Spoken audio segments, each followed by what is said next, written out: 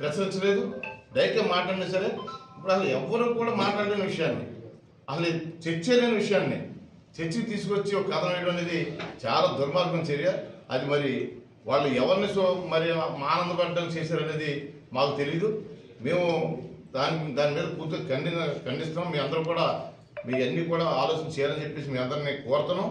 రాబోయే రోజుల్లో కూడా మరి ఆంధ్రప్రదేశ్ ప్రభుత్వం ఈరోజు మీరు చూసుకోండి, శాసనసభ మొదలైంది.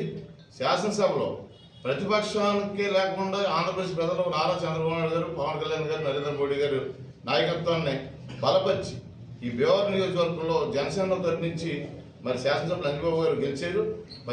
ఆ రోజున అధికార పక్ష సభ్యుడు కానీ ఓట్లు కన్నా ఎక్కువ మెజార్టీ వచ్చింది. దానికి అంత ప్రధానంగా ఉన్న వ్యక్తిని, అంత గొప్పగా పరిపాలన చేసే వ్యక్తిని ఈ రకమైన డ్యామేజ్ చేయడం అనేది చాలా బాధాకరంగా ఉంది మా కూటమి నాయకులకి, కార్యకర్తలకి, ప్రజలందరికీ కూడా.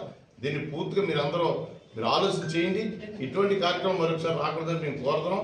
ఆయన్ని ఇవాళ ఆంధ్రప్రదేశ్ ప్రభుత్వం శాసనసభలో పబ్లిక్ అకౌంట్స్ కమిటీ చైర్మన్ గారు కూడా అనౌన్స్ చేసింది. అంటే ఆయన ఎంత ఉన్నతమైన మనస్తత్వం ఉందనేది మీరు ఒకసారి ఆలోచన చేయాలని చెప్పి ఈ సందర్భం కోరుతున్నాం. మేము ఈ 8 నెలల నుంచి కూడా ఎక్కడా కూడా మా వారాహి యాత్ర మీద జనసేన నాయకులు వారాహి యాత్ర మీద దాడి చేశారు వివరాన్ని, అలాగే యువకుల మీద